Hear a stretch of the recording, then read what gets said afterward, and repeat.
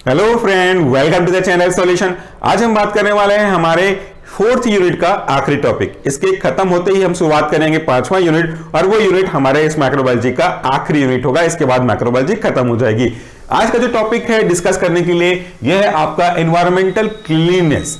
अगर आप ये शब्द सुनते हो, एनवायरमेंटल को क्लीन करने का प्रोसेस, तो हमारे दिमाग में एक ही चीज आता है कि जो पॉल्यूशंस हुए गए हों अलग अलग तरीके के, सॉइल पॉल्यूशन हो या तो वाटर पॉल्यूशन हो या तो एयर पॉल्यूशन हो, ये कैसे होते हैं, क्यों होते हैं, कैसे इसको ट्रीट करते हैं, आप काफी कुछ सही हो। लेकिन जब इसके ऊपर आप सर्च करोगे, लिटरेचर सर्वे करने के लिए और जाओगे, इंटरनेट पर सर्च करेंगे, तो हमारे फार्मास्यूटिकल्स या यूं कहूं कि हमारे माइक्रोबायोलॉजी के रिस्पेक्ट में इसका जो आंसर निकल करके आता है वो है हॉस्पिटल से रिलेटेड जो वेस्ट प्रोडक्ट निकलते हैं इनको कैसे क्लीन किया जाए। सो क्लीनलीनेस का मतलब यहां पे दो चीजों से निकाला जा सकता है, या तो आपके जनरल पर्पस डोमेस्टिक यूज से होने वाले पॉल्यूशंस का, उसी पे आप इंडस्ट्रियल को भी ऐड कर सकते हो, और दूसरा मेन क्लासिफिकेशन का एरिया होगा हमारा वो है हॉस्पिटल से रिलेटेड। अब यहां पे कंफ्यूजन ये है कि हम किसको डिस्कस करें, इसीलिए कंफ्यूजन का एक ही सॉल्यूशन है सॉल्यूशन फार्मेसी के पास कि दोनों को डिस्कस करते हैं ताकि दोनों का एडवांटेज आपको मिल सके। तो ये वीडियो थोड़ा सा लंबा होगा, अगर आप इंटरेस्टेड हैं तो लास्ट तक बने रहिएगा। सबसे पहले हम बात कर लेते हैं कि एनवायरनमेंट मतलब होता क्या है। एनवायरनमेंट कहने का मतलब है, आपको भले ही पता हो फिर भी सुनिएगा ताकि कॉन्सेप्ट को और अच्छे से क्लियर कर सकें। एनवायरनमेंट का मतलब होता है कि मेरे आसपास, अगर मैं अपने रेस्पेक्ट में बात कर रहा हूं, तो मेरे आसपास जो भी चीजें हैं जिनका होना मेरे लिए बेनिफिशियल है, इसकी क्वालिटी में किसी भी तरह का डिटोरिएशन अगर किसी कारण से आ रहा है तो वो एनवायरनमेंट का पॉल्यूशन है, चाहे वो किसी भी फॉर्म में क्यों ना हो। और अगर आप जनरल टास्क में इसको ठीक करने की कोशिश करते हो तो हमको ये देखना पड़ता है कि भाई पॉल्यूशंस के टाइप कौन कौन से हैं, इस टाइप के पॉल्यूशन के लिए क्या क्या फैक्टर रिस्पॉन्सिबल हैं, तो ऑटोमेटिकली आप इन दोनों के कॉन्सेप्ट को समझ जाओगे। सो इसी एनवायरनमेंट को मैं अपने टॉपिक के रिस्पेक्ट में दो टाइप में क्लासिफाई किया हूं। ये सारे नोट्स मैन्युअली प्रिपेयर किए गए हैं। पहला है आपका हॉस्पिटल के रेस्पेक्ट में एनवायरनमेंट क्लीननेस, दूसरा है आपका जनरल एस्पेक्ट के सेंस में एनवायरनमेंट क्लीननेस। तो पहले अपन क्या कर लेते हैं, पहले इसी हॉस्पिटल के रिस्पेक्ट वाले पॉइंट को क्लियर करके समझ लेते हैं। तो हॉस्पिटल के अंदर भी अलग अलग तरीके के कंटामिनेशन या तो फिर पॉल्यूशंस या तो फिर आप बोल सकते हैं डिटेरियोरेशन ऑफ क्वालिटी, ये देखे जा सकते हैं, जिनमें मुख्य रूप से दो बाइफर्गेशन है, वह पेशेंट रिलेटेड और दूसरा है वापस से एनवायरनमेंट रिलेटेड। मैंने कहा कि ये सारे जो नोट्स है वो मैंने खुद से समझ करके समझा रहे हैं। तो ये पेशेंट रिलेटेड मतलब ऐसे सारे फैक्टर जिनका डायरेक्ट रिलेशनशिप पेशेंट या पेशेंट के द्वारा यूज किए जाने वाले किसी खास प्रोडक्ट से, यानी कि मेडिकल प्रोडक्ट से है, वो आपका पेशेंट रिलेटेड एनवायरमेंटल पॉल्यूशन कहलाएगा। तो उसी के रेस्पेक्ट में हमको एनवायरमेंट क्लीननेस पे ध्यान देना पड़ेगा।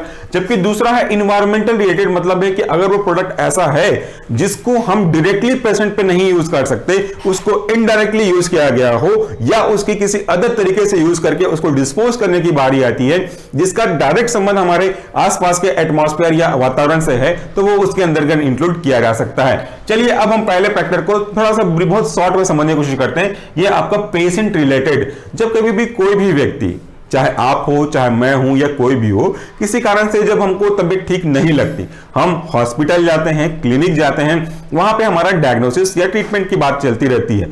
जब समझ में आता है कि ये प्रॉब्लम ऐसी है जिसको ठीक करने के लिए आपको एटलीस्ट 1 दिन 2 दिन 3 दिन व्हाटएवर इज दिस एडमिट होना पड़ेगा, तो अब आप इन पेशेंट हो जाते हो। और इन पेशेंट के अलग अलग फर्दर क्लासिफिकेशन हो सकते हैं जो कि किस पर्पस के लिए गया है। इन पेशेंट होंगे मतलब आपको बेड अलाउड किया जाएगा, बेडिंग यूज करेंगे और बाकी चीजें भी आपको प्रोवाइड की जाएंगी। तो वहां पे ऐसी सारी चीजें जो कि आपको डायरेक्टली अफेक्ट कर सकती हैं वो इंक्लूड होती हैं। पहला है आपका डिसइंफेक्टिंग वार्ड्स। अगर आप जनरल वार्ड में शिफ्ट हो रहे हो या किसी भी वार्ड में शिफ्ट हो रहे हो, उस वार्ड के अंदर, एक वार्ड मतलब एक कमरा ही है, इस कमरे के अंदर जो भी चीजें रखी गई होंगी उनको डिसइंफेक्ट या sterilise depending upon the object आपको करना पड़ेगा।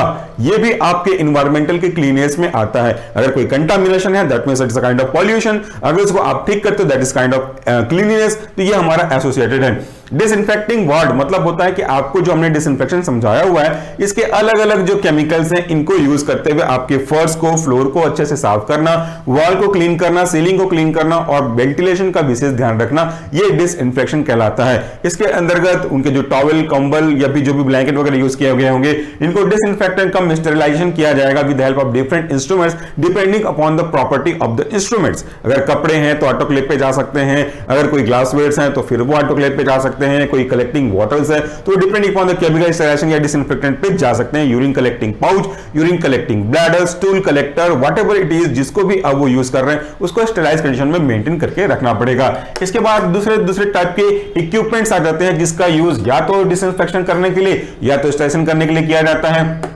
प्लस सर्जरी करने के लिए भी जो यूज होंगे उनको भी आपको स्टेराइज करना पड़ेगा।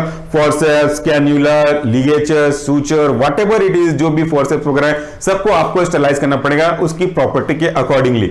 फिर हम बात करते हैं personal hygiene management. Direct relationship तो नहीं, लेकिन हाँ इनडायरेक्ट रिलेशनशिप जरूर है। ऐसे हर वो चीजों को ध्यान रखना, मेंटेन करना जो कि पेशेंट के पर्सनल हाइजीन से रिलेटेड है। लाइक इट्स गाउन, हर दिन उसके गाउन को चेंज किया जाता है। उसके ऐसे पार्ट्स जहां पे कोई इंफेक्शन नजर आ रहे हो या वहां पे सेप्सिस होने का चांसेस हैं, उसका भी ड्रेसिंग पर डे या depending on the severity time to time करते रहना, ये भी बहुत जरूरी है आपके हॉस्पिटल पेशेंट से रिलेटेड इन्वायरमेंट क्लीनिनेस प्रोसेस के अकॉर्डिंगली। फिर हम बात करते हैं दूसरा जो है आपका इन्वायरमेंट रिलेटेड, लेकिन ये इन्वायरमेंट अभी भी आपके हॉस्पिटल रिलेटेड से ही है। सो पहले वाले व्हाइट बोर्ड सेक्शन में हम कंप्लीटली हॉस्पिटल रिलेटेड टर्म्स या उसके जो पर्सपेक्ट है, एस्पेक्ट है, इसके बारे में ही बात कर रहे हैं। इन्वायरमेंट रिलेटेड मतलब होता है कि कोई भी ऐसी चीज जिसका यूज किसी व्यक्ति ने किया हो, चाहे पेशेंट हो चाहे डॉक्टर हो जो कि पेशेंट नहीं है, इनका प्रॉपर वे से डिस्पोजल किया जा रहा है कि नहीं जा रहा है। अगर नहीं किया जा रहा होगा, चाहे छोटी से छोटी चीज हो चाहे बड़ी से बड़ी चीजें हो, तो वो कहीं ना कहीं एटमॉस्फेयर को पॉल्यूट कर रही होंगी, पॉल्यूशन के लिए रिस्पॉन्सिबल हो रही होंगी।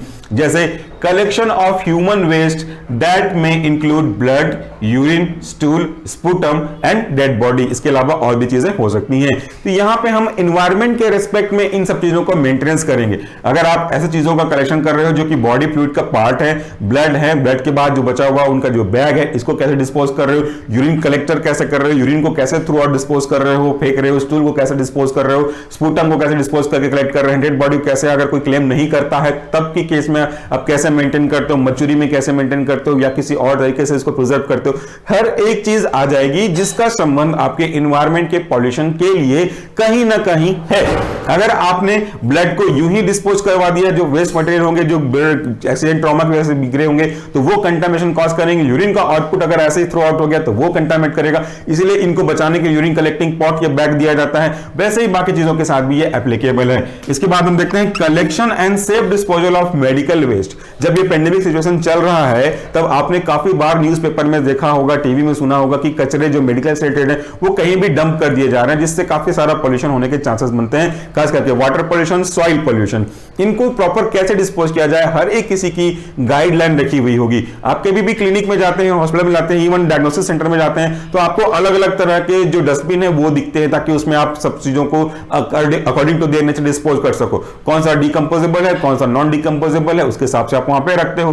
तो इसके अंतर्गत आ जाता है आपका मेडिसिन वेस्ट को कैसे आप देखोगे। इसके अंदर आएंगे आपकी एक्सपायर्ड मेडिसिन, इनको कैसे डिस्पोज किया जाए, कैसे कंटामिनेट से बचाया जाए, कैसे उनको प्रॉपर तरीके से हटा दिया जाए, ये आ जाते हैं। मेडिकल प्रोडक्ट आ जाते हैं, ग्लासवेयर्स आ जाते हैं जो कि किसी पर्टिकुलर पार्ट को पूरा करने के लिए यूज किए गए होंगे। इसके बाद प्लास्टिक्स आ जाते हैं। प्लास्टिक चाहे कुछ भी हो, चाहे आपके सिरिंज का रैपर हो, चाहे आपके यूरिन कलेक्टिंग पॉट हो या यूरिन कलेक्टिंग बैग हो या फिर कोई और सब्सटेंस क्यों ना हो, वेस्ट मटेरियल के रूप में आपका हर वो चीज आ जाएगा जो कि अब यूजफुल नहीं रह गया जो पहले था। इसके बाद है वेस्ट वाटर का कैसे ट्रीटमेंट करोगे।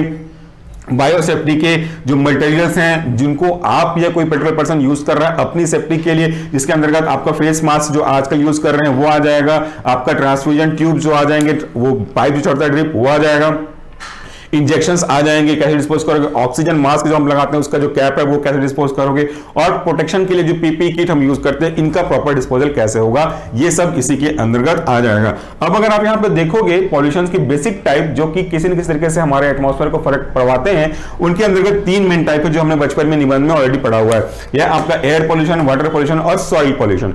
मोस्ट ऑफ द केसेस जो मेडिकल हैजार्ड्स होते हैं वो आपके वाटर और सॉइल, इन दोनों चीजों को ज्यादा पोल्यूट करते हैं। कभी कभी किसी कारण से एयर पॉल्यूशन होता है, but it is also part of that particular pollutions. अगर आप देखोगे एयर के अंदर तो हमको जो वेस्ट प्रोडक्ट मिलते हैं इनको अगर आप बर्न कर देते हो, जिनको बर्न नहीं करना चाहिए उनको भी अगर आप बंद कर देते हो तो काफी सारे मात्रा में CO2 लिमिट होगी जो हमारे एटमॉस्फेयर को खराब कर सकती है। दूसरा, अगर हम वाटर के एस्पेक्ट में बात करते हैं तो जो भी ब्लड, यूरिन, स्पूटम या कोई और चीजें निकल रही हैं उसको अगर आप सीधे सीधे बहने वाले सोर्स में ट्रांसफर कर देते हो तो वो आपके वाटर को पोल्यूट कर देगा।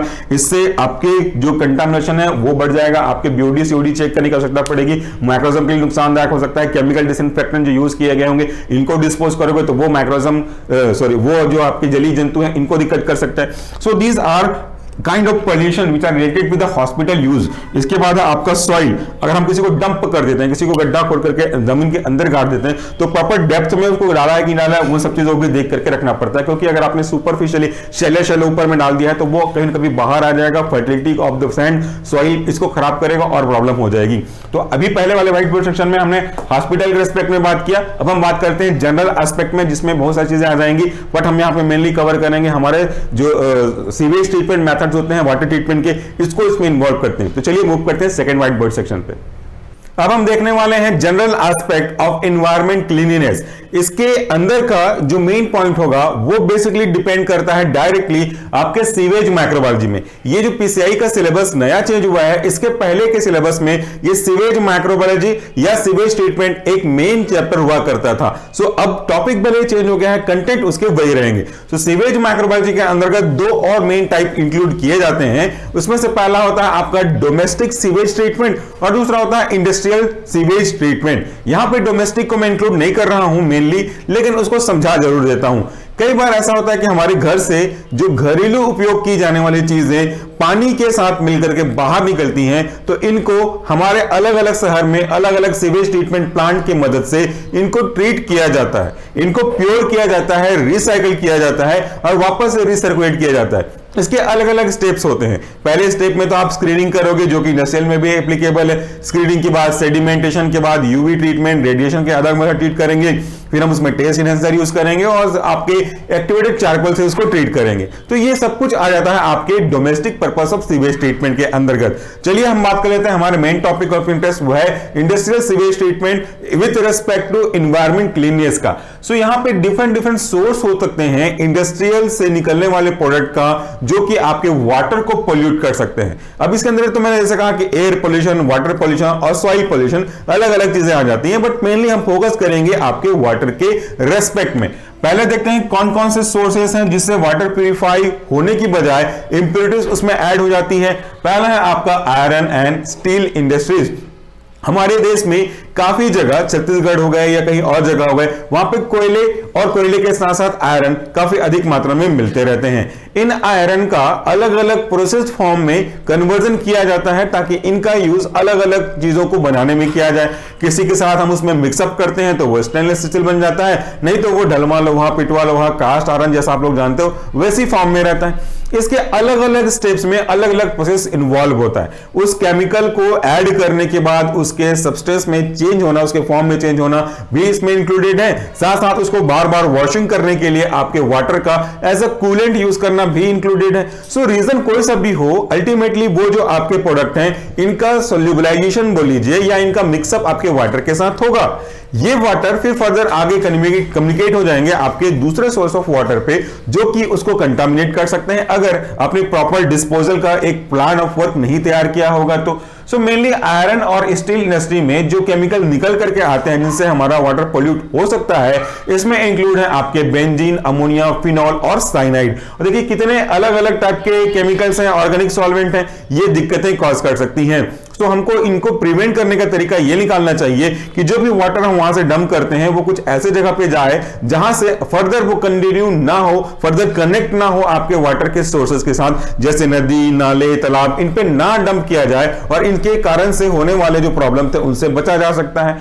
दूसरा जो मेन सोर्स होता है आपके वाटर पोल्यूशन का, वो होता है आपके कोल इंडस्ट्रीज या माइन इंडस्ट्रीज. यहां पे डिफरेंट टाइप की माइनिंग होती है, कोल निकलता है, कोल से पेट्रोलियम प्रोडक्ट निकलते हैं, कुछ चिपके हुए रहते हैं और इनको कॉलरी में वॉश किया जाता है. हमारे आसपास कई जगह ऐसी हैं जहां पे कोयले को यूज करने से पहले उनको वॉश किया जाता है. सो वॉश करने के लिए यूज होगा पानी. ये जो पानी काफी सारी मात्रा में यूज होती है और वो पानी बह करके फिर आपके नियर बाय सोर्स पे चली जाती है, जिसमें तालाब, नदी या नाले आ सकते हैं. तो फिर वो आपके वाटर के सोर्स को पोल्यूट करेगा. उस वाटर के सोर्स में रहने वाले जो लिविंग ऑर्गेनिज्म है इनको डिस्टर्ब करेगा और बीओडी सीओडी की यहाँ पे चांसेस देखने को मिल सकते हैं. सो यहाँ पे आपके जो माइन इंडस्ट्री है, यहाँ पे देखिए जो स्लरीज होते हैं रॉक के, वो वहां पे पानी में एज अ पार्टिकल मिल जाते हैं, उसमें ऑयल आ जाते हैं, इन अदर सब्सटेंस ऑयल या पेट्रोलियम सब्सटेंस आ जाते हैं.